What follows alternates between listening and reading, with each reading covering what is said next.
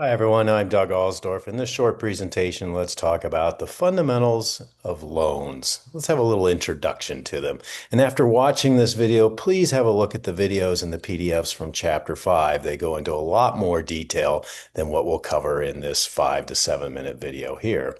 Now, you're going to get a loan for three typical things, maybe to pay for college, maybe to buy a car, and both of those will cost on the order of tens of thousands of dollars. And of course, many people get a loan to buy a home, and that's hundreds of thousands of dollars.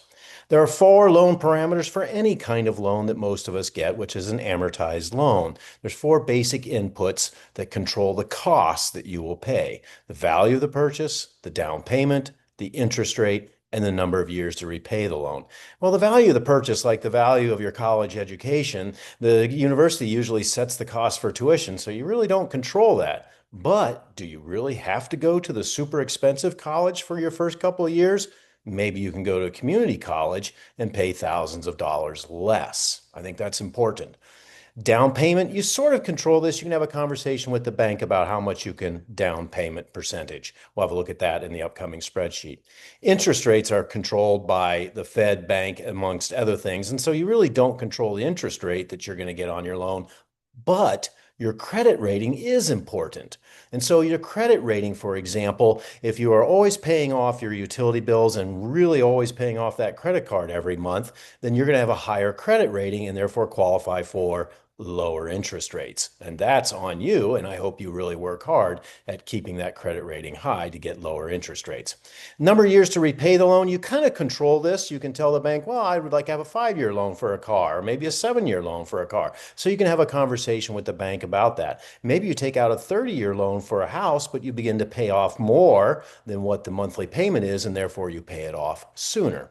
So let's have a look at some of the basics of loans, particularly in the relationships between the low monthly payment but a high total interest that you'll end up paying, and vice versa. And let's also have a look at the loan period with respect to the total amount of interest paid. So we're going to have a look at the loan tab in the loan spreadsheet. Now, the place to get that is you have to go to here's the YouTube channel, right, that you're all at. You click on this link right there. That's the WordPress link. Click on that. That'll open a new WordPress page for you. Click on spreadsheets and then just scroll down. And there in chapter 5, that's the loan spreadsheet. And when you do that, you'll come to this page and go to the loan tab in the loan spreadsheet. Let's enter $30,000. Let's say you're going to buy a car for $30,000. You'll probably need to put 20% down. The spreadsheet will automatically calculate these values in black. You see 20% of 30,000 is $6,000. So the loan amount is $24,000. 6.5% interest rate is about where interest rates are right now for really high qualified buyers, those with higher credit scores. And let's say you decide you'll do a 5 year loan repayment period. Then your monthly payment will be about $470, but look at that total interest. It's $4,100. It's not a $30,000 car. It is a $34,000 car. What if instead, all we're going to do now is just change one parameter. We're going to change this to 7 years. Instead of paying it back in 5 years, pay it back in 7 years. Watch how increasing the loan period will decrease the monthly payment, but increase the total interest paid. We were at $469, and now we're at $356 per month. That's $113 less per month, but the total interest paid was $4,175. It's now $5,900, an increase of over $1,700 more. And instead of being a $34,000 car, now it's a $36,000 car. You'll have to decide for yourself what you want in terms of these values, in terms of the monthly payment versus that total interest paid. Now we can also have a look at, let's say, instead of a $30,000 purchase, how about a $300,000 purchase? This would be like a house. And let's set this up for, say, 5 years. You won't get a loan like this. No bank will give you a 5 year loan on, well, they might, but they probably won't. But now we see that in this theoretical example, you have a $4,700 per month payment, but a total interest, I say, only of about $42,000. Watch what happens when we change this to a typical loan for a house, which is a 30-year period. We just changed it from 5 to 30, and watch how this total interest paid is going to really shoot up. Wow. $306,000.